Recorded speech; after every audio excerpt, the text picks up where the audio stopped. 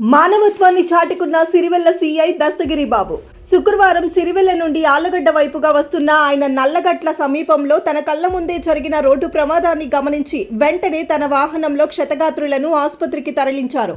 ప్రమాదం జరిగిన స్థలం తమ పరిధిలోకి రానప్పటికీ ఆయన అంబులెన్స్ కి ఫోన్ చేసి మరో 2 ప్రాణాలను కాపాడటంతో అందరూ ఆయనను అభినందిస్తున్నారు.